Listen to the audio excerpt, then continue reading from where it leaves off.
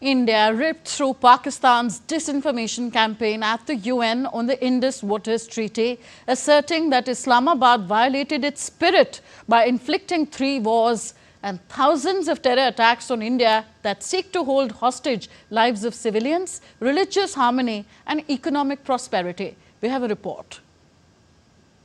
India yet again called out Pakistan's grossly hypocritical behavior at the UN Security Council, saying a nation which makes no distinction between terrorists and civilians has no credentials to speak about protecting civilians.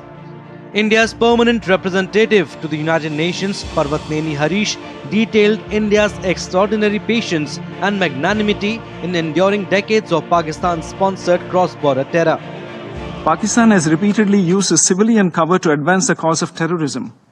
We just recently saw senior government, police and military officials pay respects at the funeral of noted terrorists targeted by Operation Sindoor. A nation that makes no distinction between terrorists and civilians has no credentials to speak about protecting civilians. There was intentional targeting of places of worship, including gurudwaras, temples and convents, as well as medical facilities. To preach at this body after such behavior is grossly hypocritical. Let us be clear. Protection of civilians should not serve as an argument for protection of UN-designated terrorists. India also ripped through Pakistan's disinformation at the UN on the Indus Water Treaty. India's permanent representative to the UN, Parvatneni Harish, said, India entered into the Indus Water Treaty 65 years ago in good faith.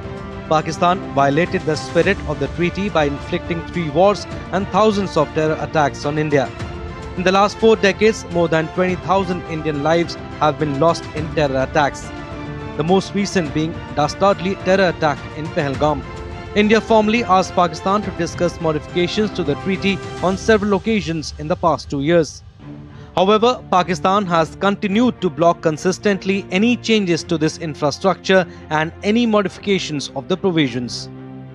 In these 65 years, far-reaching fundamental changes have taken place not only in terms of escalating security concerns through cross-border terror attacks, but also growing requirements for producing clean energy, climate change and demographic change. Technology for dam infrastructure has transformed to ensure safety and efficiency of operations and water use. Some of the old dams are facing serious safety concerns. However, Pakistan has continued to block consistently any changes to this infrastructure and any modifications to the provisions which is permissible under the treaty. In fact, in 2012, terrorists even attacked the Tulbul navigation project in Jammu and Kashmir. India's permanent representative to the United Nations, Parvatneni Harish, said that in these circumstances, Government of India has decided to put the treaty in abeyance.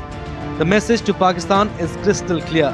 In the words of Prime Minister Narendra Modi, blood and water cannot flow together.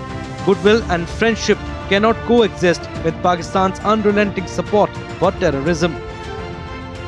Till the time Pakistan takes credible steps to abjure terrorism on its soil, it is only natural and well within India's right to hold the treaty in abeyance.